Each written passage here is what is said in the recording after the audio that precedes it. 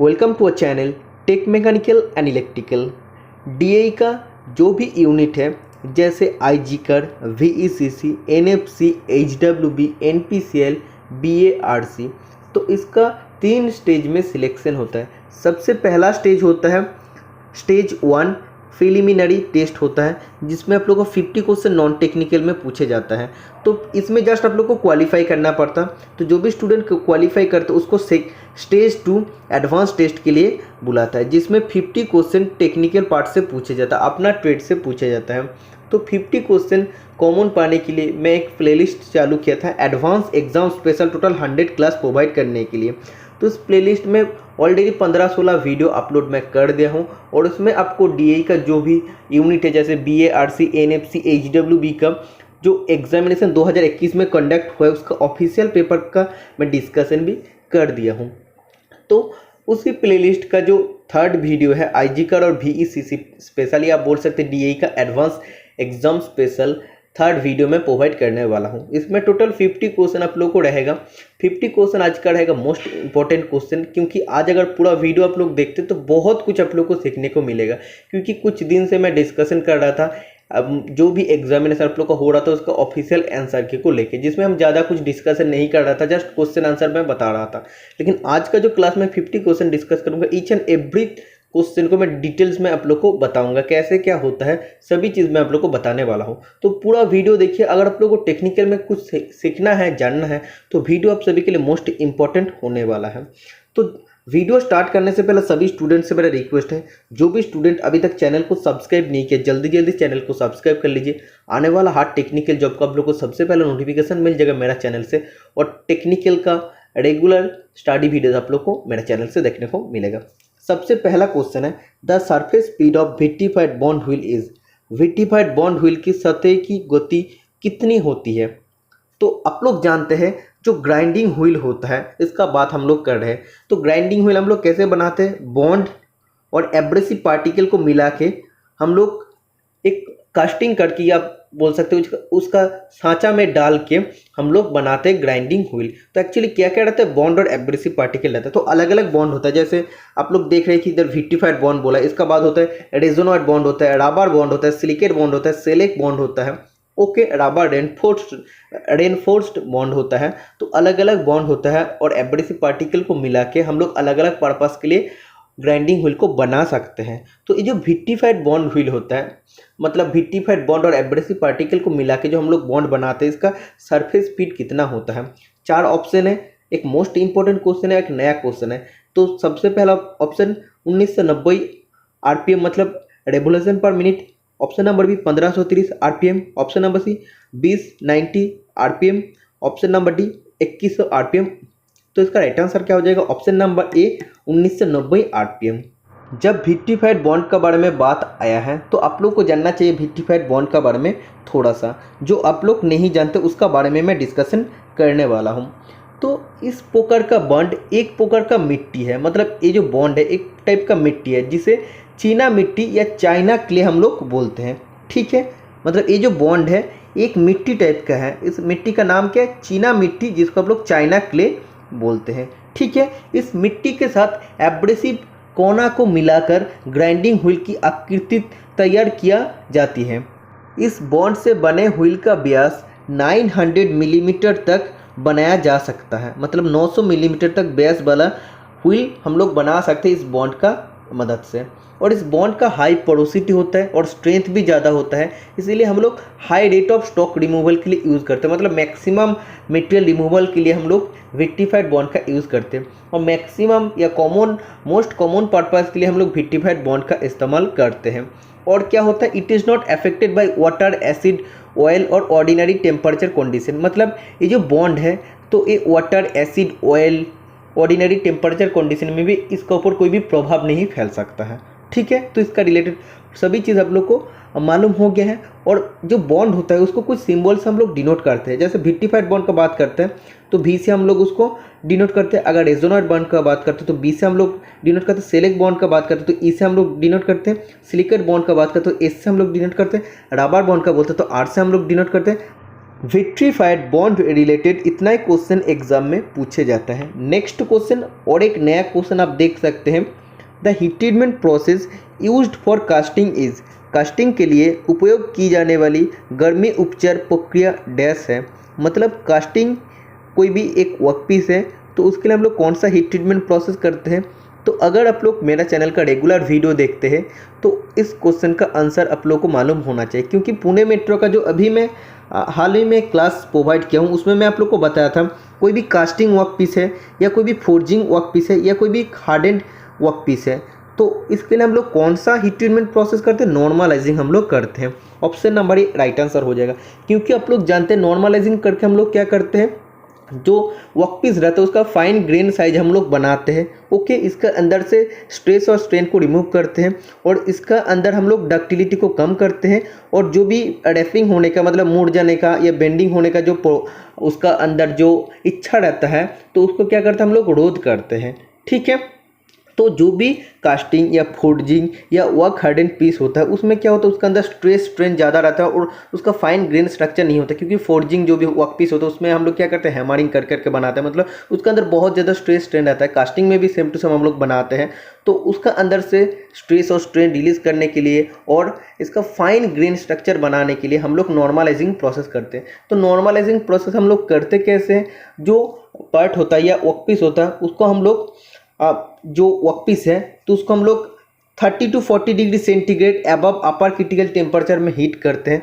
उसके बाद हम लोग उसको रूम टेम्परेचर में या स्टील एयर में ठंडा करते हैं। ठीक है, इस प्रोसेस में नॉर्मलाइजिंग हम लोग करते हैं। नेक्स्ट क्वेश्चन नंबर 3 और एक इंटरेस्टिंग क्वेश्चन है, the structure of a grinding wheel are generally referred to as, मतलब ग्राइंडिंग व्हील की जो स्ट्रक्चर होता है जनरली डैश के रूप में संदर्शित किया जाता है। तो आप लोग जानते हैं ग्राइंडिंग व्हील का स्ट्रक्चर दो भागों में हम लोग डिवाइड करते हैं, एक होता है डेंस स्ट्रक्चर और एक होता है ओपन स्ट्रक्चर। तो सबसे पहले आप लोगों को जानना चाहिए ग्राइंडिंग व्हील का स्ट्रक्चर का मतलब क्या होता है। It is the ratio between abrasive particle और बॉन्ड, मतलब बॉन्ड और एब्रेसिव पार्टिकल का बीच में जो रेशियो होता है इसको स्ट्रक्चर कहते हैं। ठीक है, तो सबसे पहले अगर बात करते हैं तो डेंस स्ट्रक्चर और उसका बाद आता है ओपन स्ट्रक्चर। तो डेंस स्ट्रक्चर में क्या होता है, जो ग्राइंडिंग व्हील होता है एक ग्राइंडिंग व्हील में बॉन्ड कम होता है और एब्रेसिव जो पार्टिकल होता है बहुत ज़्यादा होता है। जब भी बहुत ज़्यादा होगा मतलब जो एब्रेसिव पार्टिकल रहता है उन सभी का बीच में डिस्टेंस बहुत ही कम होगा, क्योंकि इसमें बहुत ज़्यादा एब्रेसिव पार्टिकल रहता है।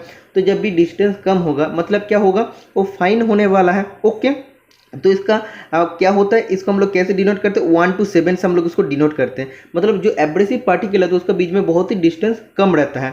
और इसको हम लोग कब यूज़ करते हैं, जब हार्ड और ब्रिटल मटेरियल का ग्राइंडिंग करना पड़ता है तब हम लोग डेंस स्ट्रक्चर व्हील का इस्तेमाल करते हैं। और ये जो एब्रेसिव पार्टिकल के बीच में डिस्टेंस बहुत ही कम है, मतलब क्या होता है, ये जो मटेरियल कटता है बहुत ही कम मटेरियल कटता है। ओके, और बहुत ही कम मटेरियल करता है, इसका फिनिश भी अच्छा होता है, क्योंकि जो एब्रेसिव पार्टिकल होता है वो बहुत ही नज़दीक नज़दीक रहता है, इसलिए फिनिश इसका अच्छा आता है। और ओपन जो ग्राइंडिंग व्हील स्ट्रक्चर होता है उसमें क्या होता है, एक ग्राइंडिंग व्हील है तो इसमें बॉन्ड ज़्यादा होता है और एब्रेसिव पार्टिकल कम होता है। सोचिए एब्रेसिव पार्टिकल कम है मतलब एक एक एब्रेसिव पार्टिकल के बीच में डिस्टेंस ज़्यादा हो जाएगा, मतलब बहुत ज़्यादा गैप रहेगा, तो क्या करेगा, मटेरियल को ज़्यादा काटेगा। मटेरियल ज़्यादा काटेगा, जब भी ज़्यादा मटेरियल करते हो उसका सरफेस फिनिश क्या होता है, उतना अच्छा नहीं आता है। इसलिए इसका ऑलवेज बोला जाता है जो ओपन स्ट्रक्चर ग्राइंडिंग होता है तो उसमें क्या होता है, उसका फिनिश अच्छा नहीं आता है। ठीक है, जितना डेंस स्ट्रक्चर ग्राइंडिंग व्हील में आता है उतना अच्छा ओपन स्ट्रक्चर ग्राइंडिंग व्हील में नहीं आता है। ओके, जैसे कि मैं आप लोग को बताया हूँ डेंस स्ट्रक्चर ग्राइंडिंग व्हील का हम लोग इस्तेमाल करते हैं हार्ड और ब्रिटल मटेरियल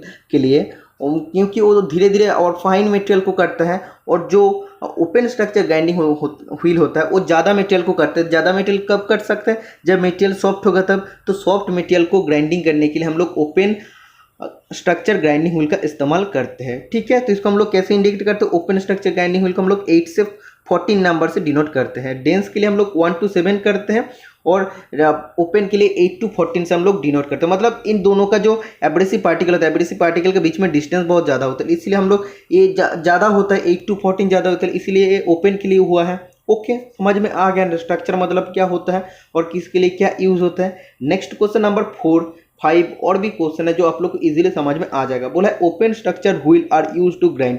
जो ओपन स्ट्रक्चर व्हील होता है मतलब क्या होता है, इसमें बॉन्ड अब ज़्यादा होता है और एब्रेसिव पार्टिकल कम होता है, इसलिए डिस्टेंस ज़्यादा होता है, मटेरियल को ज़्यादा काट सकता है।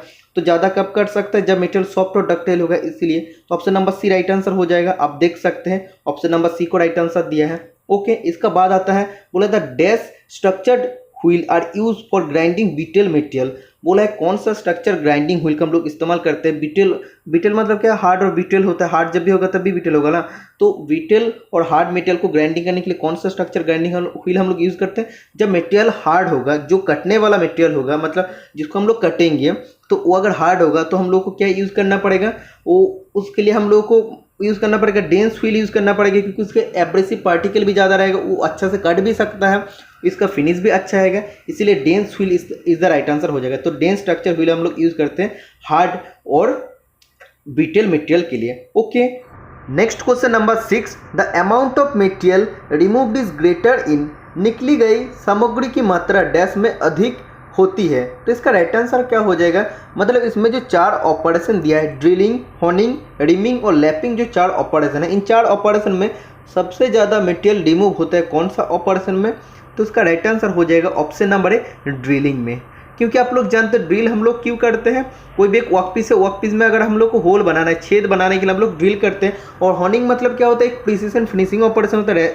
लैपिंग भी होता है एक प्रिसीजन फिनिशिंग ऑपरेशन। और रिमिंग क्या होता है, रिमिंग जो होल होता है, पहले से बना हुआ होल होता है, उसका साइज को थोड़ा सा बढ़ाते हैं और उसका फिनिश को अच्छा बना देते हैं। ठीक है, तो इसमें से सबसे ज़्यादा मटेरियल रिमूव होता है ड्रिलिंग में। अगर अलाउंस का बात करते हैं तो रिमिंग का कितना अलाउंस होता है या एक्यूरेसी कितना होता है, ±0.005 मिलीमीटर होता है।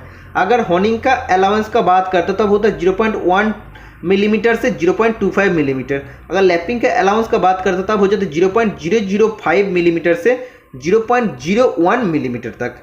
समझ में आ गया है, इतना क्वेश्चन आता है। ईच एंड एवरीथिंग मैं आप लोग को बोला हूँ कि पहले ही बोला था डिस्कशन करूँगा। इसका बाद बोला है the grid size of 600 indicates it can be used for.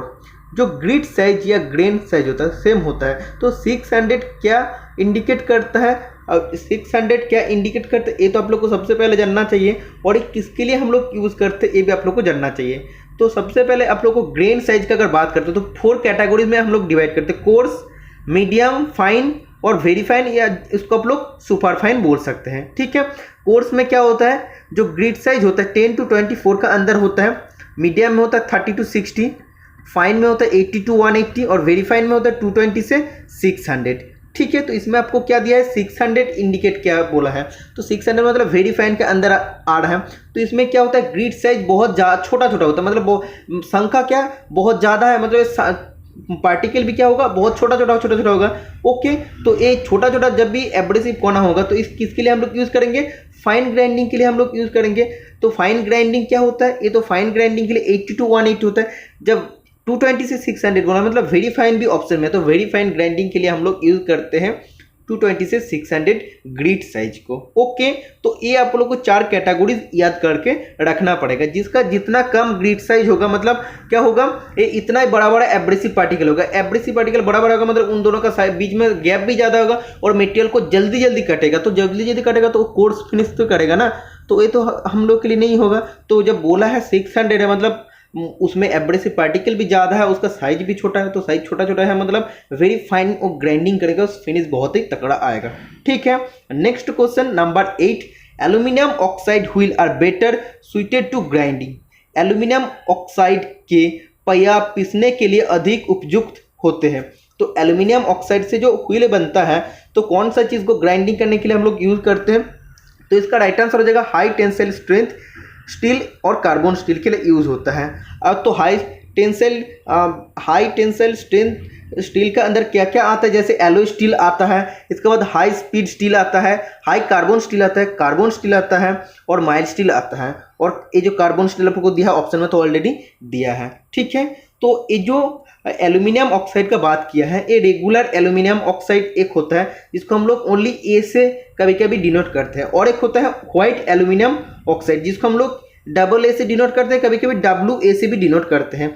तो व्हाइट एल्यूमिनियम ऑक्साइड हम लोग कब यूज़ करते हैं, जब डाई स्टील का ग्राइंडिंग करना पड़ता है। डाई स्टील का ग्राइंडिंग के लिए हम लोग व्हाइट एल्यूमिनियम ऑक्साइड का इस्तेमाल करते हैं। ठीक है, next question number 9, which of the following is a precision grinding machine type.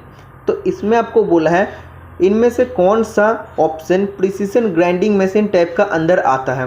तो ग्राइंडिंग मशीन 2 टाइप का होता है, एक होता है राफ ग्राइंडिंग मशीन और दूसरा होता है प्रिसिशन ग्राइंडिंग मशीनिंग। तो राफ ग्राइंडिंग मशीन का अंदर क्या क्या आता है, जैसे हैंड ग्राइंडर आता है, बेंच ग्राइंडर आता है, पोर्टेबल इलेक्ट्रिक ग्राइंडर मशीन आता है, पेडिस्टल ग्राइंडर आता है। ओके, और इधर आपको क्या बोला है, आप लोगों को बोला है प्रिसिशन ग्राइंडिंग मशीन का अंदर कौन सा आता है। तो इसका राइट आंसर हो जाएगा tool end cutter grinding machine, क्योंकि आप लोग जानते हैं टूल और कटर ग्राइंडिंग मशीन क्या होता है, इसमें हम लोग जो भी कटिंग टूल होता है, जैसे कटिंग टूल के अंदर क्या क्या आता है, टेप आता है, ड्रिल आता है, रिमर आता है, तो ये जो होता है, और मिलिंग कटर जो होता है, तो ये क्या होता है, ये मटेरियल को काटता है, कोई भी वर्कपीस को काटता है। तो इसके लिए क्या होता है, जो फिनिश का ज़रूरत होता है या प्रिसिशन ग्राइंडिंग का ज़रूरत होता है, क्योंकि छोटा छोटा टूल होता है, इसमें प्रिसिशन ग्राइंडिंग हम लोग को करना पड़ता है। अगर रफ ग्राइंडिंग हो जाएगा तो जब हम लोग मटेरियल को कटेंगे तो अच्छा फिनिश नहीं आएगा। तो जो भी टूल होता है कटिंग टूल और जो भी कटर होता है, मिलिंग का कटर होता है, उसको ग्राइंडिंग करने के लिए हम लोग टूल और कटर ग्राइंडर मशीन का इस्तेमाल करते हैं, जो प्रिसिशन ग्राइंडिंग मशीन का टाइप का अंदर आता है। बाकी जो 3 दिया है ये रफ ग्राइंडिंग मशीन का अंदर आता है। तो एक्चुअली आप लोग को जानना चाहिए प्रिसिशन ग्राइंडिंग मतलब क्या होता है, इस प्रकार की ग्राइंडिंग ज़्यादा शुद्धता वाले मशीन पार्ट, मतलब जो भी मशीन पार्ट ज़्यादा एक्यूरेसी का होता है और जो भी टूल होता है ज़्यादा एक्यूरेसी की ज़रूरत होती है, उधर हम लोग यूज़ करते हैं उसको ग्राइंडिंग करने के लिए। इसका एक्यूरेसी कितना होता है आप लोग को जानना चाहिए, 1/1000 इंच का एक्यूरेसी होता है। इंच में अगर आप लोग बोलते हैं तो 1/1000 इंच इसका एक्यूरेसी होता है। अगर मेट्रिक में आपको बोलते हैं तो 1/100 मिलीमीटर, मतलब 0.01 मिलीमीटर का इसका एक्यूरेसी होता है इसमें।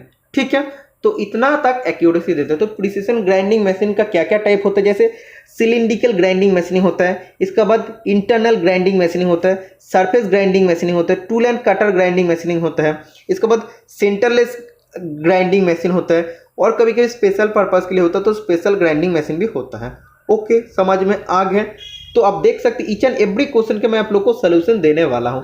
10 नंबर का क्वेश्चन में आपको बोला है in hardening process the hypoeutectoid steel is heated from 30 degree centigrade to 50 degree centigrade above the upper critical temperature and then cooled।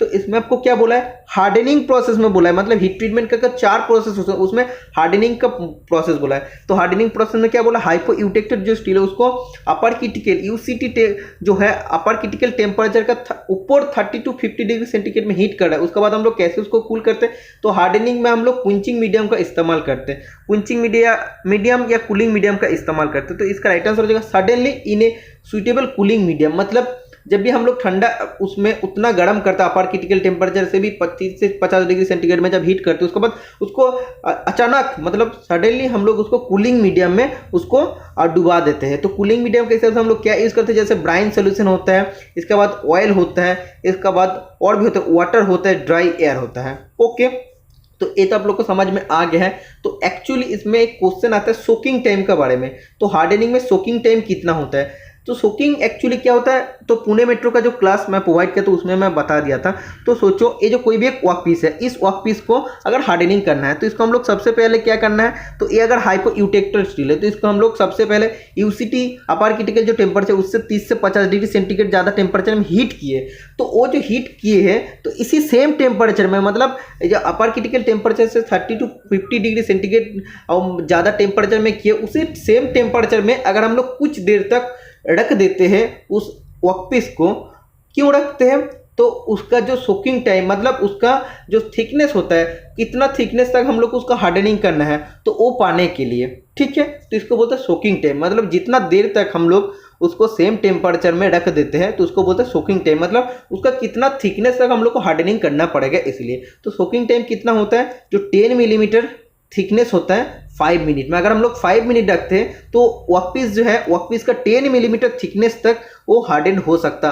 तो हार्डन कैसे होगा कि इतना अगर 5 मिनट हम लोग कर दे, मतलब 10 मिलीमीटर तक ये जो सरफेस है तो ये क्या गर्म हो गया। उसके बाद अगर हम लोग सडनली उसको कूलिंग मीडियम जो है या क्विंचिंग मीडियम जो उसमें अगर डुबा देते हैं तो 10 मिलीमीटर थिकनेस तक वो हार्डन बन जाता है। ठीक है, तो यही प्रोसेस होता है। ईच एंड एवरीथिंग आप लोग को समझ में आ रहा है ना। अगर कुछ भी प्रॉब्लम होता है तो आप लोग कमेंट बॉक्स में जरूर बताना। बोला है expected accuracy of finish in A rhyming is, rhyming में एक्सपेक्टेड एक्यूरेसी कितना होता है, तो अभी मैं आप लोग को बता के आया हूँ। इसका एक्सपेक्टेड एक्यूरेसी होता है ±0.005 millimetre.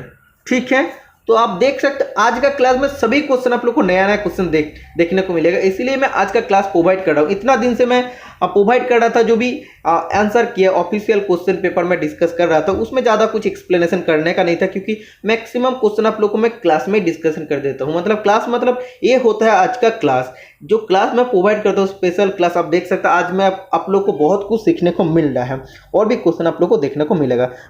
Next question number 12, throttle valve, relief valve and control valve are the parts of a dash shaper machine.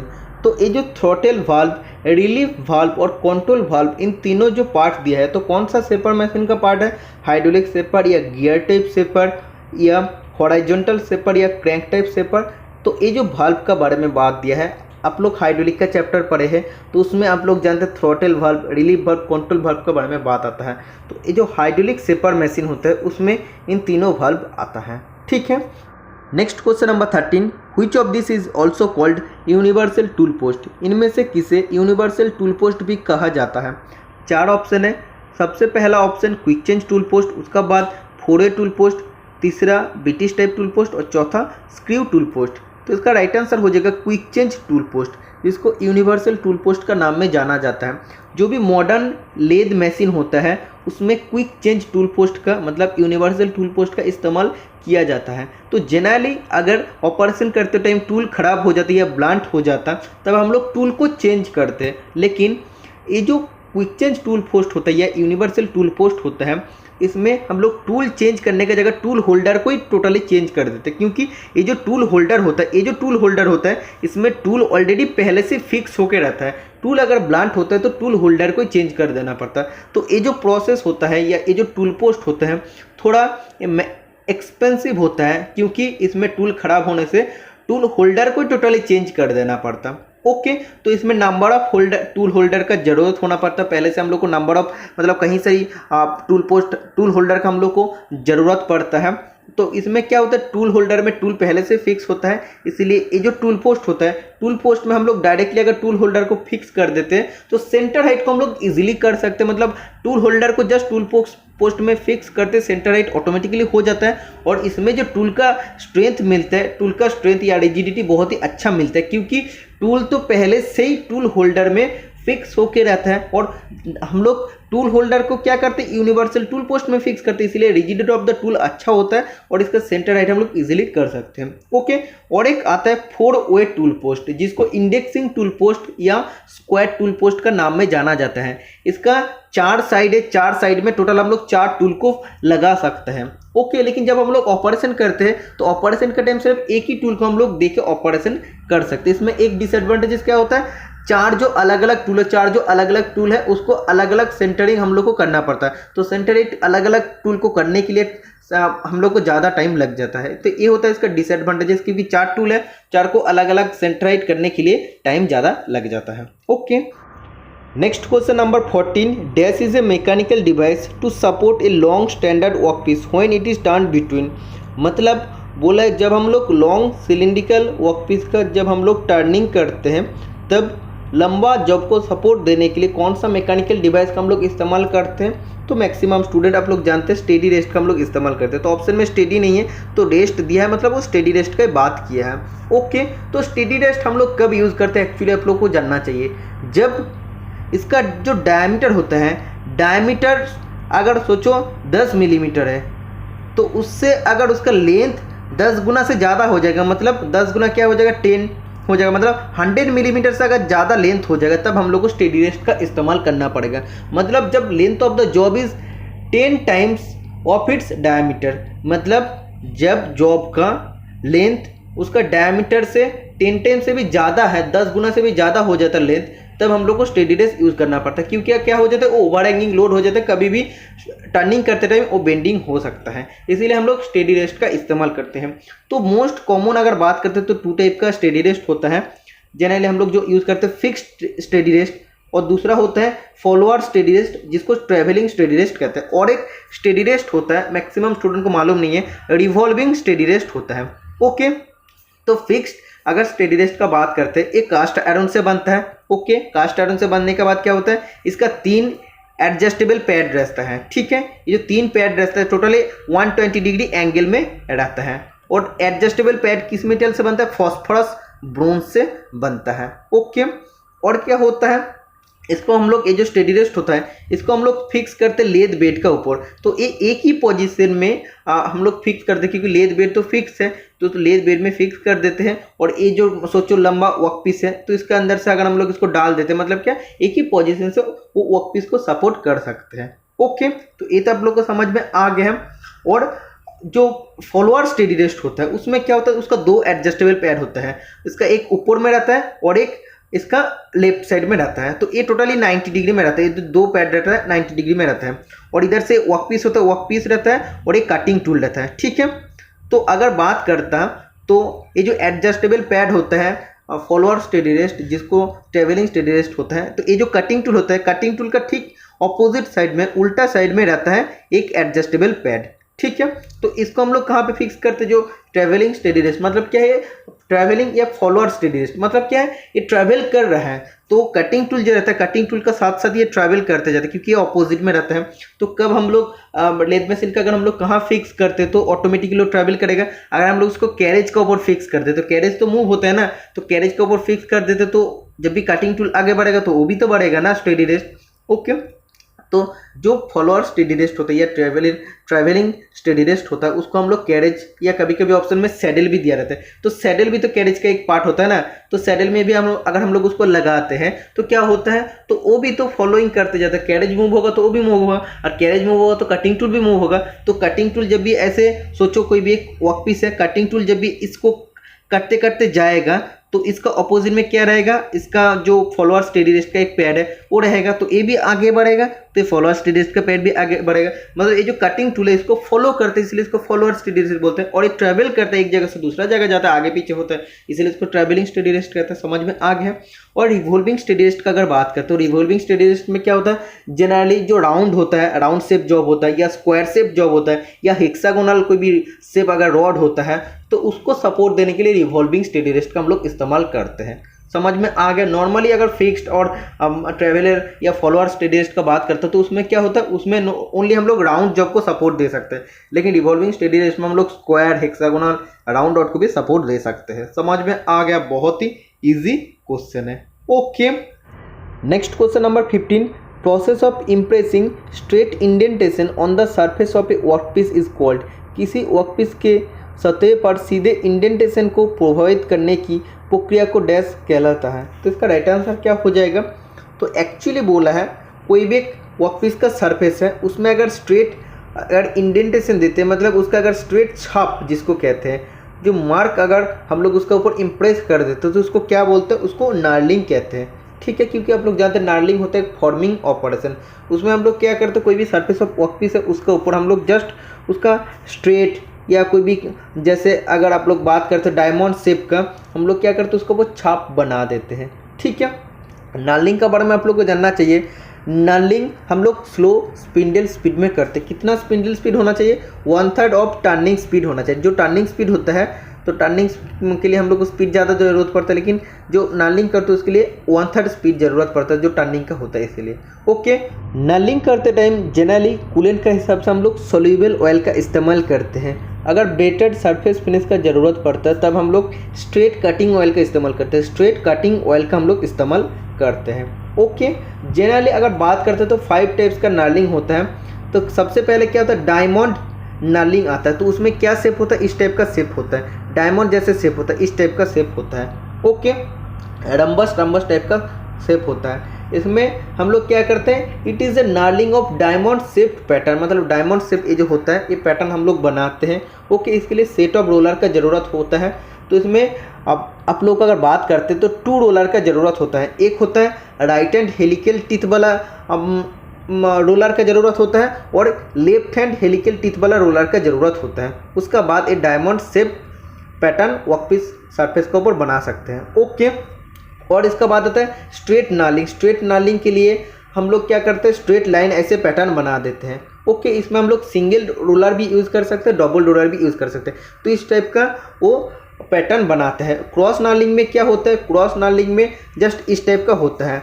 Okay, एक नार्लिंग क्या होता है, स्ट्रेट होता है, एक रोलर स्ट्रेट जाता है और एक रोलर जो नार्लिंग का एक्सिस है उसका राइट एंगल में जाता है, परपेंडिकुलर जाता है, इसलिए इस टाइप का शेप का बनाते हैं, इसको क्रॉस नार्लिंग कहते हैं। और कॉनकेव नार्लिंग किस टाइप का होता है, जो कॉनकेव सरफेस होता है उसका ऊपर अगर हम लोग कॉन्वेक्स नाल का इस्तेमाल करते हैं, मतलब क्या होता है, जो कॉनकेव सरफेस इस टाइप का होता है, कॉनकेव सरफेस में अगर हम लोग कॉनवेक्स नार्लिंग का यूज़ करते तो वो जो पैटर्न बनाते हैं उसको बोलते हैं कॉनकेव नार्लिंग। ओके, और कॉन्वेक्स और एक नार्लिंग होता है, कॉन्वेक्स नार्लिंग में क्या होता है, जो कॉन्वेक्स सरफेस होता है, इस टाइप का जो सरफेस होता है उसमें हम लोग कॉनकेव नार्लिंग का यूज़ करते हैं। ओके, मतलब कॉनकेव नार्ल टूल का यूज़ करते हैं, उसके बाद जो पैटर्न बनता है उसको कॉन्वेक्स नार्लिंग कहते हैं। समझ में आ गया, इतना ही क्वेश्चन आप लोग को आता है जो आप लोग को जानना चाहिए। 16 नंबर का क्वेश्चन ईच एंड एवरीथिंग में आप लोग को डिस्कस करने का कोशिश करता हूं, क्योंकि ये सब क्वेश्चन आप लोग को अगर इस क्लास में कर लेते हैं तो एग्जाम में मैक्सिमम क्वेश्चन आप लोग को कॉमन आ जाता है। Dash is use to file both curved and flat surfaces. कौन सा फाइल का हम लोग इस्तेमाल करते हैं, कर्व सेक्शन में, कर्व सरफेस में और फ्लैट सरफेस में, दोनों जगह में फाइल करने के लिए। तो ऐसा अगर वर्कपीस से एक कर्व सेक्शन में हम लोग फाइल कर सकते हो, फ्लैट सरफेस में हम लोग फाइल कर सकते हो। कौन सा फाइल का मदद से, हाफ राउंड फाइल का मदद से, क्योंकि उसका शेप ही होता है इस टाइप का। ठीक है, तो ये जो पोर्शन है, ऊपर वाला पोर्शन से हम लोग फ्लैट सरफेस में फाइलिंग कर सकते हो, ये जो राउंड सरफेस है इससे हम लोग कर्व सरफेस में हम लोग फाइलिंग कर सकते हैं। समझ में आ गया है। Next question number 17, size of the job obtained after machining of workpiece is called. Workpiece की मैशिनिंग के बाद प्राप्त कर्ज के आकार को डैश कहा जाता है। मतलब कोई भी एक वर्कपीस को मैशिनिंग करके बनाने का बाद उसका जो साइज होता है तो उस साइज को क्या कहते हैं, ऑप्शन नंबर ए राइट आंसर हो जाएगा, एक्चुअल साइज कहते हैं। और एक होता है बेसिक साइज। बेसिक साइज मतलब क्या होता है, जो साइज का हिसाब से हम लोग को डायमेंशनल डिविएशन दिया रहता है। डायमेंशनल डिविएशन 2 टाइप का होता है, अपर डिविएशन और लोअर डिविएशन दिया रहता है। मतलब जो ड्राइंग में हम लोग को दिया रहता है, सोचो 25 दिया है, उसका साथ जो डिविएशन दिया रहा है 0.1 मिलीमीटर और -0.2 मिलीमीटर, तो इस साइज को कहते हैं बेसिक साइज। समझ में आ गया, मतलब जो डायमेंशन का बेसिस पे डायमेंशनल डिविएशन दिया रहता है उसको कहते हैं basic size. Okay, next question number 18, for brass back rake angle is. Brass के लिए बैक रेक एंगल कितना होना चाहिए। आप लोग जानते हैं रेक एंगल 3 टाइप्स का होता है, पॉजिटिव, नेगेटिव और 0 रेक एंगल होता है। तो ब्रास के लिए रेक एंगल कितना होता है, 0 डिग्री होता है।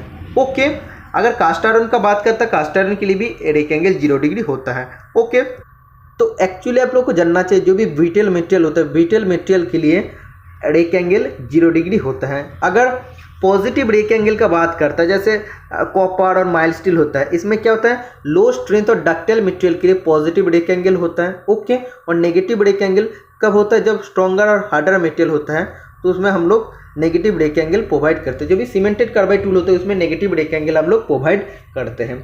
Next question number 19, tool life dash with increase in feed. मतलब टूल लाइफ जो होता है तो फीड का इंक्रीज होने में क्या होता है, तो टूल लाइफ डिक्रीज होता है। मतलब जितना ज़्यादा अगर हम लोग फीड देते हैं तो वो टूल लाइफ उतना ही कम होते जाते हैं। अगर स्पेसिफिक या एक निर्दिष्ट अगर हम लोग फीड देते हैं तो उसमें सरफेस फिनिश भी अच्छा आता है और टूल लाइफ भी बहुत इंक्रीज हो जाता है, मतलब आगे तक बढ़ जाता है। लेकिन अगर हम लोग प्रोविजन से या हम लोग को नेसेसरी से ज़्यादा अगर हम लोग ज़रूरत से ज़्यादा अगर हम लोग फीड दे देंगे, टूल का क्षमता से ज़्यादा अगर हम लोग फीड दे देंगे तो वो क्या होगा, वो धीरे धीरे फ्रिक्शन और भी ज़्यादा होगा, धीरे धीरे हीट होगा और क्या होगा, उसका जो टूल का जो स्ट्रेंथ होता है वो धीरे धीरे खोना स्टार्ट हो जाएगा और उसका जो टूल लाइफ होगा, टूल लाइफ भी कम हो जाएगा। इसलिए ऑप्शन नंबर ए राइट आंसर हो जाएगा। Okay, next question number 20, aluminium and its alloy have a cutting speed of dash metre per minute. तो इसमें कटिंग स्पीड में 2 बार टाइप कर दिया हूँ, इसमें डैश हो जाएगा। तो एल्यूमिनियम और इसका जो एलॉय होता है इसका कटिंग स्पीड कितना मीटर पर मिनट होता है। कटिंग स्पीड मतलब क्या होता है, हाई स्पीड स्टील से अगर हम लोग कटिंग करते हैं तो कितना स्पीड में कटेगा, तो जितना सॉफ्ट होगा उतना जल्दी जल्दी मटेरियल को कटेगा। ओके, क्योंकि आप लोग जानते हैं ड्रिल का जो पॉइंट एंगल होता है वो किसके ऊपर डिपेंड करते हैं, जो मटेरियल को हम लोग काटने जा रहे हैं उसका हार्डनेस के ऊपर डिपेंड करते हैं। तो एक्चुअली हार्डनेस अगर कम होगा तो जल्दी जल्दी मेटल को कटेगा, तो नॉर्मल सा बात है। ओके, तो एल्यूमिनियम तो सॉफ्ट होता है, इसलिए इसका राइट आंसर हो जाएगा 70 से 100 मीटर पर मिनट में उसका कटिंग स्पीड होता है। अगर बात करता है ब्रास का, तो ब्रास क्या होता है, ब्रिटल होता है, तो ये कितना हो जाएगा, ये उससे हार्ड होता है, तो 35 से 50 मीटर पर मिनट में कटिंग कर सकता है हाई स्पीड टूल का मदद से। अगर बात करता है कास्ट आयरन, कास्ट आयरन का होता है 25 से 40, क्योंकि इससे और भी ये हार्ड और ब्रिटल है इसीलिए। ओके, अगर स्टील का बात करते हैं, स्टील मतलब मीडियम कार्बन स्टील या लो कार्बन स्टील, जैसे माइल्ड स्टील का बात करता तब हो जाता 20 to 30 मीटर पर मिनट में। अब वो उसको काट सकता है, उसका कटिंग स्पीड होगा। और अगर स्टील का बात करते हैं जैसे एलो स्टील या हाई टेंसिल स्टील का होता है तो 5 to 8 metre per minute cutting speed होगा। अगर हम लोग हाई स्पीड स्टील से अगर स्टील टूल से अगर कटिंग करते हैं तो तब। ठीक है, समझ में आ रहा है ना each and every question. Next question number 21, dash contains the cutting edge of a reamer. Reamer का कौन सा भाग में कटिंग एज रहता है? Option number A body, option number B shank, option number C chamfer, option number D hand. तो इसका right answer हो जाएगा बॉडी। रिमार का जो बॉडी पोर्शन है उसमें कटिंग एज रहता है, जो थोड़ा सा मटेरियल को कटता है और अच्छा से फिनिश भी कर देता है। Next question number 22, for coolant on the M code used is. Coolant on के लिए प्रोजेक्ट एम कोड इज, तो टर्नर स्टूडेंट के लिए स्पेशली क्वेश्चन है। तो एम कोड और जी कोड से आप लोग को क्वेश्चन पूछा जाता है, इसमें से जो मोस्ट इंपॉर्टेंट क्वेश्चन होता है कूलेंट ऑन से क्वेश्चन पूछा जाता है। तो कूलेंट ऑन के लिए कौन सा एम कोड यूज़ करते हैं? M08 हम लोग यूज़ करते हैं। ठीक है, नेक्स्ट क्वेश्चन नंबर 23, जी कोड से क्वेश्चन है। G03 code is used for. G03 code किसके लिए यूज होता है? 4 ऑप्शन आप लोग को दिया है। Circular interpolation in counter clockwise direction, option number B linear interpolation, option number C circular interpolation in clockwise direction, option number D rapid traverse. तो G03 का जो कोड होता है ये काउंटर क्लॉकवाइज डायरेक्शन में घूमता है, मतलब जो क्लॉकवाइज डायरेक्शन में घूमना चाहिए, घड़ी का कांटा जिस दिशा में घूमता है उसका ऑपोजिट में सर्कुलर इंटरपोलेशन में घूमता है, मतलब सर्कुलर घूमता है लेकिन क्या होता है वो घड़ी का कांटा के विपरीत दिशा में घूमता है। ठीक है, इसलिए ऑप्शन नंबर ए राइट आंसर हो जाएगा। Next question number 24, the upper most part of the thread is known as. Thread का जो अपर मोस्ट पार्ट होता है, सबसे ऊपर वाला जो पार्ट होता है, इसको क्या कहते हैं? ऑप्शन नंबर ए क्रेस्ट, अगर लोअर मोस्ट पार्ट का बात करता है तब राइट आंसर हो जाएगा रूट। ठीक है, next question number 25, planing machine are used for. Planing machine का हम लोग इस्तेमाल कब करते हैं? एक्चुअली आप लोग जानते हैं सेपर स्लॉटर मशीन का मदद से हम लोग क्या कर सकते हैं?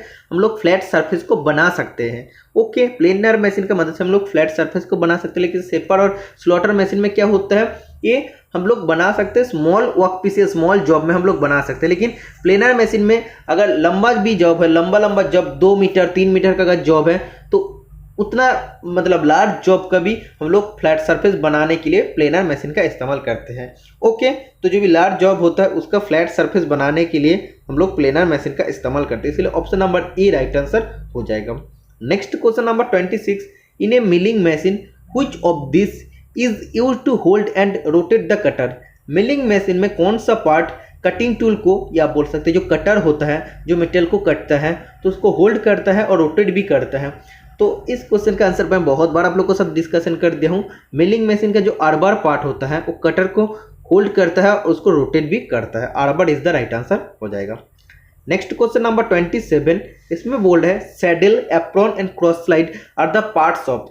सैडल जो एच शेप का होता है, एप्रॉन जो होता है और क्रॉस स्लाइड जो होता है, अगर कॉम्पाउंड स्लाइड का बात करता है तभी ये जो सभी जो पार्ट है तो किसका पार्ट होता है? कैरेज का पार्ट होता है। तो ऑप्शन नंबर ए राइट आंसर हो जाएगा। ये सभी क्वेश्चन आप लोग का कॉमन है, जो 2-3 क्वेश्चन में अभी डिस्कशन किया हो, इसलिए इसमें ज़्यादा कुछ डिस्कशन करने का आप लोग का नहीं है। Next question number 28, the motion of bed in milling machine is.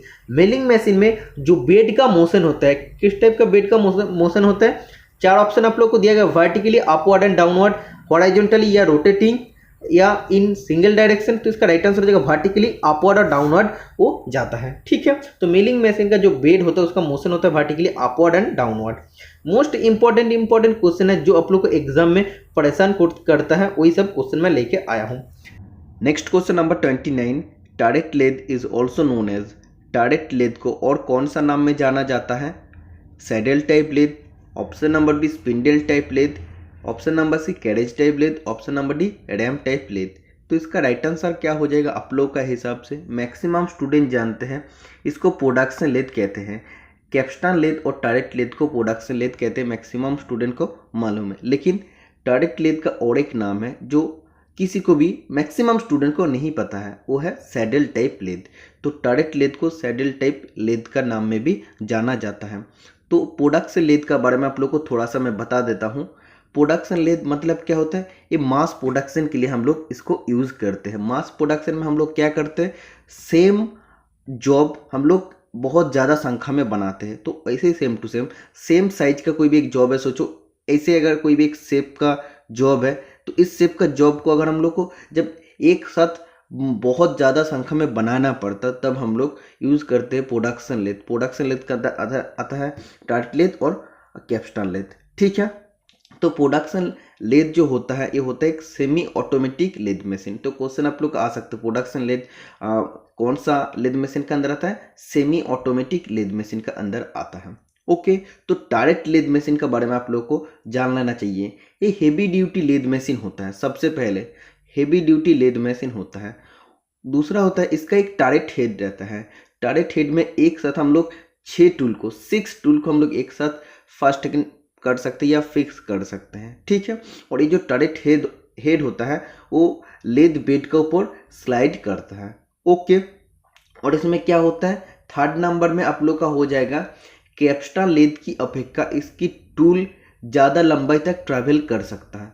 Capstan lathe में जितना तक टूल ट्रैवल कर सकता है, मतलब जितना तक टूल ट्रैवल करके कट सकता है, उससे ज़्यादा लंबाई तक टूल ट्रैवल करके कट सकता है टरेट लेद में, ठीक है। इसका बाद अगर जॉब को होल्ड करने का बात आता है, कोई भी एक जॉब जो मैं आप लोग को बताया, जॉब को होल्ड करने के लिए 2 जा चक, 4 जा चक, 3 जा चक हम लोग यूज़ करते हैं। तो ये एयर ऑपरेटेड चक हम लोग यूज़ करते हैं इस टरेट लेद मशीन में, ठीक है। तो टरेट लेद मशीन में हम लोग एयर ऑपरेटेड चक यूज़ करते हैं, चाहे वो 2 जा, 3 जा, 4 जा हो सकता है। और ये जो जॉब होता है, जॉब को होल्ड करने के लिए, जो भी लंबा जॉब होता है उसके लिए, और जो होल्ड करने के लिए मैकेनिकल डिवाइस के हिसाब से हम लोग यूज़ करते हैं स्टेडी रेस्ट। ओके, और इसमें हम लोग वेरी हेवी डेप्थ ऑफ काट को लगा सकते हैं। ओके, और सबसे महत्वपूर्ण बात होता है इसमें कोई भी टेल स्टॉक नहीं रहता। जैसे कैप्स्टन लेद में टेल स्टॉक नहीं रहता, इसमें भी कोई भी टेल स्टॉक नहीं रहता है। ओके, और इसमें कंपाउंड स्लाइड भी नहीं रहता है। लेकिन कंपाउंड स्लाइड नहीं रहता तो टूल हम लोग कहाँ पे फिक्स करते हैं, तो इसके लिए रियर टूल पोस्ट उधर एक्स्ट्रा लगा हुआ रहता है। Rear REAR rear tool post उधर एक्स्ट्रा लगा हुआ रहता है। ओके, और इसमें टेपर कटने के लिए टेपर टर्निंग अटैचमेंट इसमें फिक्स होता है, जिसका मदद से हम लोग टेपर को कट सकते हैं। ओके, तो इसका बारे में सभी चीज़ आप लोग को कलेक्ट हो गया है। तो टरेट लेद से जितना भी क्वेश्चन आप लोग को आता है मैं आप लोग को बता दे रहा हूँ। कितना टूल फिक्स होता है, एक साथ 6 टूल को हम लोग फिक्स कर सकते हैं। और एयर ऑपरेटेड चक का ज़रूरत पड़ता है, इसके लिए टेपर टर्निंग करने के लिए टेपर टर्निंग अटैचमेंट का ज़रूरत होता है। इसके लिए कोई भी टेल स्टॉक नहीं रहता है। टरेट हेड रहता है, टरेट हेड बेड का ऊपर स्लाइड करते हैं। तो सभी चीज़ आप लोग को समझ में आ गया है। Next question number 30, in shaper machine tool holder and clapper box are use to hold. इस क्वेश्चन में सेंटेंस का थोड़ा सा गलत हो गया है। एक्चुअली होना चाहिए था शेपर मशीन में टूल होल्डर और क्लैपर बॉक्स को कौन होल्ड करता है। तो इसका राइट आंसर हो जाएगा ऑप्शन नंबर है टूल हेड। क्योंकि शेपर मशीन का जो टूल हेड होता है, शेपर मशीन का रैम का ऊपर वो फास्टनिंग किया रहता है, रैम का ऊपर उसको बांधा हुआ रहता है, ठीक है। जो टूल हेड होता है वो टूल होल्डर और क्लैपर बॉक्स को होल्ड करता है। और इसका काम क्या होता है, टूल हेड का काम होता है रिटर्न स्ट्रोक का टाइम कटिंग टूल को थोड़ा सा ऊंचा कर देते हैं। ओके, ऊंचा करने के बाद क्या होता है, जो मटेरियल रहता है या वर्कपीस रहता है उसका ऊपर वो दूसरा बार काट नहीं लगाते, क्योंकि आप लोग जानते हैं रिटर्न स्ट्रोक में क्या होता है, नॉन कटिंग स्ट्रोक होता है, उसमें कटते नहीं है। तो यही काम होता है टूल हेड का। रिटर्न स्ट्रोक का टाइम कटिंग टूल को थोड़ा सा ऊंचा होने से, मतलब हाइट में थोड़ा सा उठने के लिए वो परमिशन दे देते हैं या अलाउ करते हैं, ठीक है। Next question number 31, which one of the following is not the advantage of CNC machine. निम्नलिखित में से कौन सा CNC मशीन का एक सुविधा नहीं होता है। ऑप्शन नंबर है higher initial cost, option number B higher rate of production. तो हायर रेट ऑफ प्रोडक्शन होता है तो तभी तो एक क्या होता है, मास प्रोडक्शन होता है ना। तो ये तो एक सुविधा होता है। Reduces the inspection time, inspection time भी कम हो जाता है क्योंकि इसका एक्यूरेसी बहुत अच्छा होता है। और reduces tooling time, tooling time या जो सेंटर हाइट करने के लिए जो टाइम लगता है, टूल को सेट करने के लिए जो टाइम लगता है वो भी कम हो जाता है। तो एक्चुअली जो बोला है हायर इनिशियल कॉस्ट, तो ये जब CNC मशीन हम लोग खरीदते हैं इसके लिए बहुत ज़्यादा पैसा वेस्ट होता है, तो ये होता है एक डिसएडवांटेजेस या आप बोल सकते हैं सुविधा नहीं होता, क्योंकि पहले हम लोग को बहुत ज़्यादा पैसा इन्वेस्ट करना पड़ता। तो higher initial cost CNC machine use करने का एक एडवांटेज नहीं होता है। Okay, next question number 32, inspection and overhauling are the parts of dash maintenance. निरीक्षण और ओवरऑलिंग डैश मेंटेनेंस का एक पार्ट होता है। तो आप लोग जानते हैं प्रिवेंटिंग मेंटेनेंस का जो पार्ट होता है, इंस्पेक्शन होता है, सही टाइम पे इंस्पेक्शन करना चाहिए और उसको सही समय पर उसको ठीक ठाक कर देना चाहिए। तो ये प्रिवेंटिव मेंटेनेंस का दो पार्ट होता है, इंस्पेक्शन और overhauling. Okay, next question number 33, which one of the following is the metric helical gear proportion for real module. Real module के लिए मेट्रिक हेलिकल गियर प्रोपोर्शन का फॉर्मूला क्या होता है? Option number A pitch diameter बटा number of teeth, option number B number of teeth into module, option number C only module, option number D number of teeth बटा pitch diameter. तो module या real module का क्या formula होता है आप लोग जानते हैं, पिच डायमीटर बटा नंबर ऑफ टीथ, इसलिए ऑप्शन नंबर ए राइट आंसर हो जाएगा। ओके, तो module is denoted by the letter small m। Okay, और इसको हम लोग मिलीमीटर में एक्सप्रेस करते हैं, इसीलिए मेट्रिक आप लोग को दिया है। Okay, next question number 34, nitriding is used for parts which require high. Nitriding का उपयोग उन भागों के लिए किया जाता है जिनकी उच्च आवश्यकता होती है। तो नाइट्राइडिंग हम लोग कब करते हैं? जब जॉब का वेयर रेजिस्टिंग सरफेस बनाना पड़ता, बहुत ही हाई वेयर रेजिस्टिंग सरफेस बनाने के लिए हम लोग नाइट्राइडिंग प्रोसेस करते हैं। ओके, इसलिए ऑप्शन नंबर ए राइट आंसर हो जाएगा। Next question number 35, which one of the following is not important in rough milling operation. Rough milling operation में निम्नलिखित में से कौन सा एक महत्वपूर्ण फैक्टर नहीं होता है? Option number A quality of surface finish, option number B rigidity of machine, option number C depth of cut, option number D rigidity of workpiece. तो रफ मिलिंग ऑपरेशन के लिए क्वालिटी ऑफ सरफेस फिनिश का कोई ज़रूरत नहीं पड़ता, तो एक इम्पॉर्टेंट फैक्टर नहीं होता है, मतलब एक महत्वपूर्ण फैक्ट नहीं होता है। सरफेस फिनिश आप लोग जानते हैं, रफ फिनिश जब कर रहे हैं तो इसमें खराबी आने वाला है, तो क्वालिटी ऑफ सरफेस फिनिश ये जो ऑप्शन है ये राइट आंसर हो जाएगा। रफ फिनिश का टाइम ये महत्वपूर्ण एक फैक्टर नहीं होता है। Next question number 36, solid milling cutter are manufactured from. Solid milling cutter का निर्माण किया जाता है, तो किससे निर्माण किया जाता है? High speed steel HSS, sintered carbide, ceramic या स्टेलाइट। तो इसका राइट आंसर हो जाएगा HSS। जो भी मिलिंग कटर होता है और जो भी मैक्सिमम कटिंग टूल होता है तो वो बनता है, मैक्सिमम बनता है हाई स्पीड स्टील से। Okay, next question number 37, in A complete revolution of worm shaft the worm wheel revolves. तो आप लोग जानते हैं वर्म शाफ्ट और वर्म व्हील का हम लोग कब यूज़ करते हैं? स्पीड रिडक्शन पर्पस के लिए हम लोग यूज़ करते हैं। जब हेवी स्पीड रिडक्शन का ज़रूरत होता है, सोचो वर्म शाफ्ट बहुत ज़्यादा स्पीड में घूम रहा है, तो वर्म व्हील में जब पावर ट्रांसमिशन करेगा तो क्या होगा, उस स्पीड को कम कर देते हैं। ओके, और 90 डिग्री में पावर को ट्रांसमिट कर सकते हैं। तो इन दोनों पर्पस के लिए हम लोग वर्म शाफ्ट और वर्म व्हील का इस्तेमाल करते हैं। मेन पर्पस होता है स्पीड रिडक्शन पर्पस, स्पीड को कम कर सकता है। जो स्पीड एक्चुअली वर्म शाफ्ट में रहता है उसको कम करते हैं वर्म व्हील में, और 90 डिग्री में पावर को ट्रांसमिट कर सकते हैं। तो इसमें बोला है 1 complete revolution of worm shaft. जब ये वर्म शाफ्ट एक चक्कर घूम जाता है तो वर्म व्हील में कितना रिवॉल्व होता है? वर्म व्हील में 1/40th रेवोल्यूशन होता है। ओके, तो इससे क्वेश्चन आता है worm shaft and worm wheel में इंडेक्स कितना होता है? 40:1 इंडेक्स होता है। ये चीज़ आप लोग को जानना चाहिए।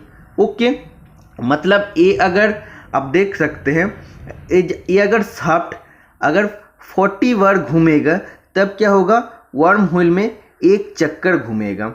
तो एक्चुअली ये समझ में आ रहा है ना, मतलब वर्म शाफ्ट में स्पीड ज़्यादा हो रहा है, 40 बार इसको घूमना पड़ रहा है, तब वर्म व्हील में कितना रेवोल्यूशन होगा? तब वर्म व्हील में एक रेवोल्यूशन होगा, क्योंकि एक रेवोल्यूशन में जस्ट 1/40th रेवोल्यूशन हो रहा है।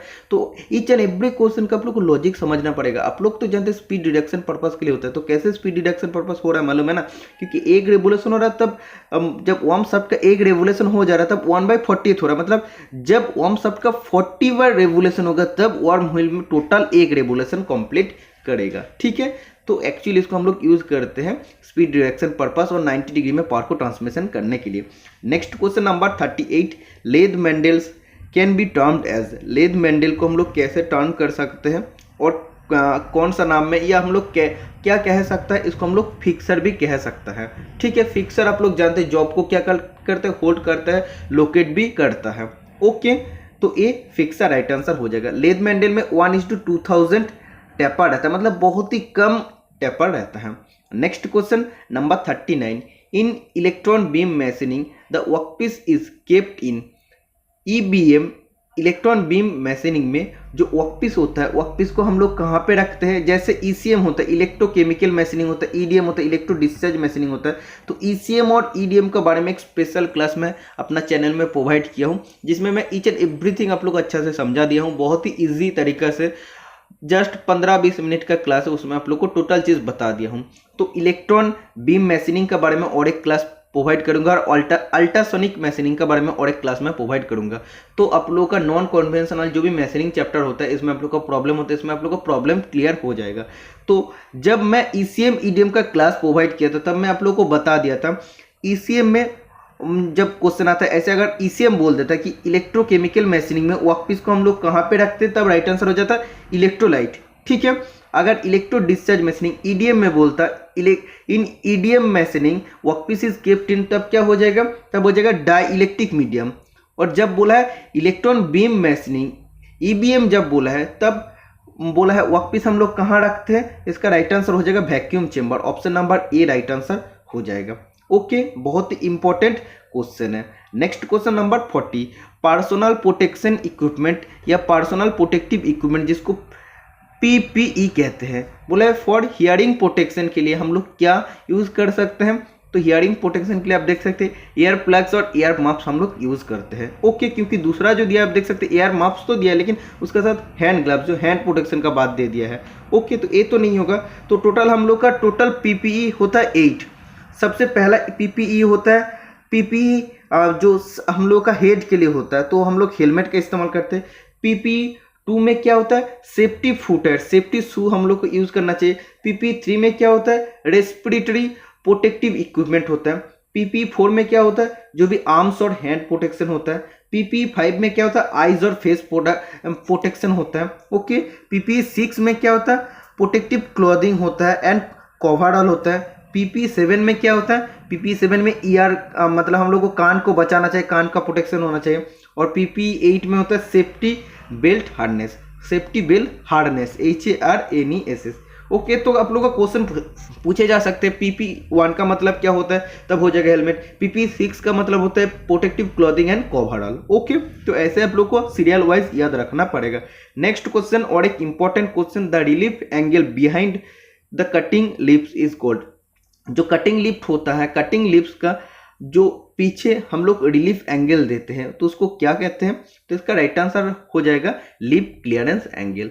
ड्रिल का lip clearance angle 8 to 12 degree general purpose के लिए यूज करते हैं, लेकिन इसका जो रेंज होता है 8 to 15 डिग्री होता है। ओके, जनरल पर्पस बोलेगा मतलब माइल्ड स्टील के लिए हम लोग जनरल पर्पस या लो कार्बन स्टील हम लोग जनरली यूज करते हैं, तो अब 8 to 12 डिग्री होता है। Okay, next question number 42, which one of the following is not the operation performed by a shaper, the work is not done। मतलब बोला है निम्नलिखित में से कौन सा ऑपरेशन हम लोग शेपर मशीन से कर नहीं सकते हैं, कटिंग स्क्वायर थ्रेड या कटिंग स्प्लाइन या कटिंग क्यूवेज या मैशिनिंग कॉन्केव सरफेस। तो इसका राइट आंसर हो जाएगा cutting square thread. Square thread को हम लोग इस मशीन में कट नहीं सकते, शेपर मशीन के दौरान हम लोग कट नहीं सकते, इसलिए ऑप्शन नंबर ए राइट आंसर हो जाएगा। बाकी स्प्लाइन या क्यूए कॉन्केव सरफेस और अगर बात करें तो फ्लैट सरफेस हम लोग इससे बना सकते हैं। Okay, next question number 43, the size of shaper is specified bye shapers. मतलब शेपर मशीन का साइज हम लोग कैसे स्पेसिफाई करते हैं, कैसे हम लोग निर्दिष्ट करते हैं। तो इसका जो लेंथ ऑफ स्ट्रोक होता है, मैक्सिमम लेंथ ऑफ स्ट्रोक जितना होता है, तो उसे हम लोग करते हैं। ठीक है, तो मैक्सिमम लेंथ ऑफ स्ट्रोक से हम लोग शेपर मशीन का साइज को स्पेसिफाई करते हैं। Okay, next question number 44, deep hole drilling machine are widely used for making. Deep hole drilling machine dash बनाने के लिए व्यापक रूप से उपयोग किया जाता है। तो इसका नाम में आप लोग को पता लग जाता है कि डीप होल ड्रिलिंग मशीन का मदद से हम लोग वर्कपीस में होल बनाते मतलब छेद बनाते हैं। तो डीप होल मतलब क्या, हम लोग डीप होल इसमें से बना सकते हैं। ओके, तो ऑप्शन के हिसाब से इसका राइट आंसर क्या हो जाएगा, मोल्ड और डाई बनाने के लिए, या रेलवे लाइन, या आयरन पिलर, या हेवी मशीन बनाने के लिए हम लोग यूज़ करते हैं। तो एक्चुअली जो डीप होल ड्रिलिंग मशीन होता है वो मोल्ड और डाई बनाने के लिए हम लोग यूज़ करते हैं। तो इसका मतलब हम लोग डीप तक होल बना सकते हैं। ओके, तो ऑप्शन नंबर ए राइट आंसर हो जाएगा। Next question number 45, the size of the three jaw chuck is specified by. Three jaw chuck का आकार किसका द्वारा निर्दिष्ट किया जाता है। तो थ्रीजर चक का साइज हम लोग कैसे लेते हैं, तो diameter of the body of the chuck, chuck का जो बॉडी होता है उसका डायमीटर के हिसाब से हम लोग थ्रीजर चक का साइज को स्पेसिफाई करते हैं। तो थ्रीजर चक का बारे में आप लोग को कुछ जान लेना चाहिए। थ्रीजर चक को सेल्फ सेंटरिंग चक बोलते हैं क्योंकि ये ऑटोमेटिकली सेंटरिंग हो जाता है।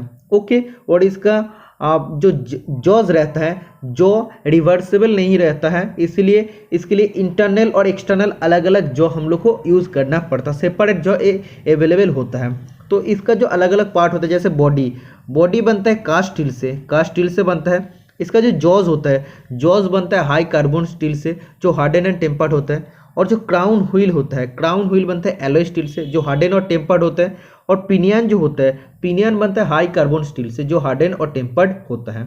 ओके, इतना सारा क्वेश्चन आप लोग को पूछे जाते हैं और इसका हम लोग इजीली सेंटरिंग कर सकते हैं। इसमें हम लोग हेवी डेप्थ ऑफ काट हम लोग यूज़ नहीं कर सकते। ओके, ये अगर हाथ से अगर गिर जाते हैं तो इसका एक्यूरेसी ज़्यादा देर तक टिकते नहीं है, मतलब ये ज़्यादा एक्यूरेसी नहीं होता है। और इसमें सिर्फ रेगुलर शेप जो आपको होल्ड कर सकते हैं, जैसे कोई भी ऐसा राउंड रॉड है, जैसे सिलिंड्रिकल या कोई भी हेक्सागोनल जॉब है, तभी इसको होल्ड कर सकते हैं। ओके, बाकी कोई भी इरेगुलर शेप जॉब को ये पकड़ नहीं पाएगा। इसमें से जो जैसे फोर्जा चक में क्या होता है, उसमें कॉन्सेंट्रिक सर्कल रहता है, लेकिन थ्रीजा चक में कॉन्सेंट्रिक सर्कल नहीं रहता है। Okay, next question number 46, you have to machine a flat surface on a workpiece of 2 metre length, which machine will you choose for this.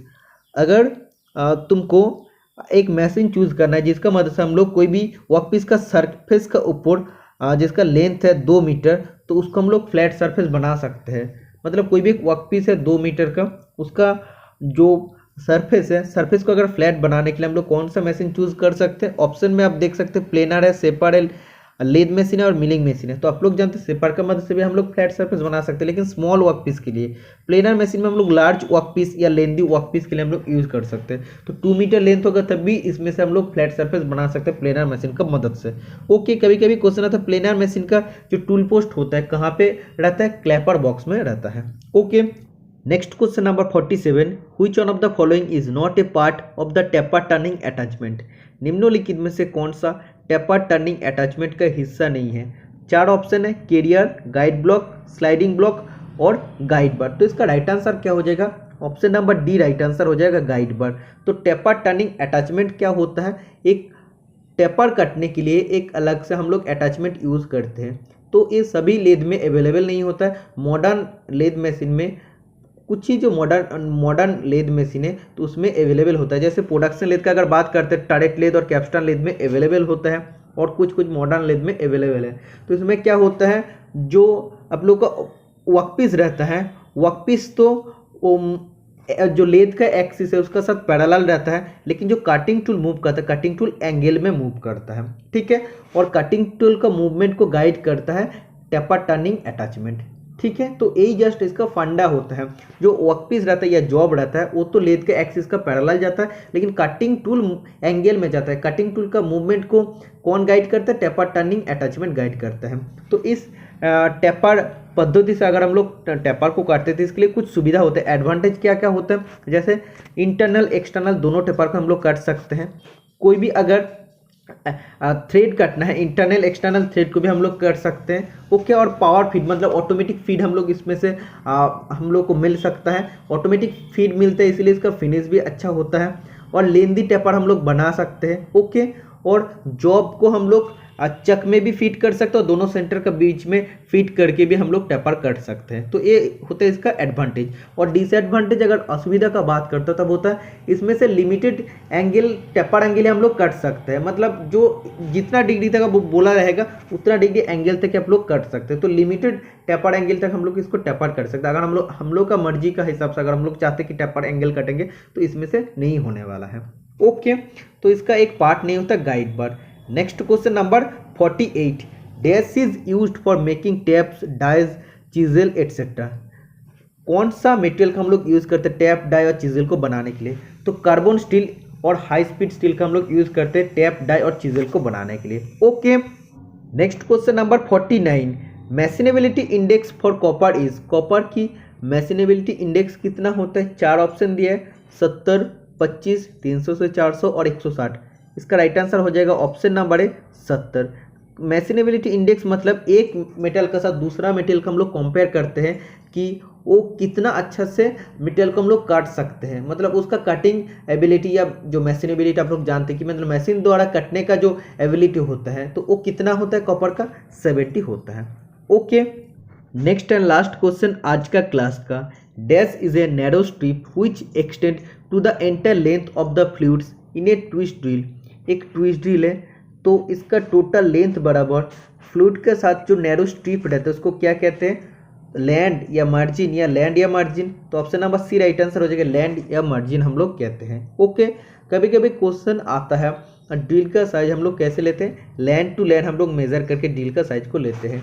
तो एक नया क्वेश्चन आप देख सकते हैं, बोला है ट्विस्ट ड्रिल का टोटली इसका लेंथ बराबर फ्लूइड का साथ जो नैरो स्ट्रिप रहता है उसको क्या बोलते हैं? क्योंकि आप लोग जानते हैं इसका एक नैरो स्ट्रिप ऐसे ऐसे टोटली रहता है, तो इस स्ट्रिप को क्या बोलते हैं? स्ट्रिप को लैंड या मार्जिन कहते हैं। ठीक है, तो बहुत ही इंपॉर्टेंट क्वेश्चन आज मैं आप सभी का साथ डिस्कशन किया हूँ। वीडियो पसंद है और ऐसे आने वाले दिन में अगर आप लोग वीडियो देखना चाहते हैं तो चैनल को जरूर सब्सक्राइब करके रखना। आज के लिए इतना ही, मिलते हैं नेक्स्ट वीडियो में। Tata, bye bye.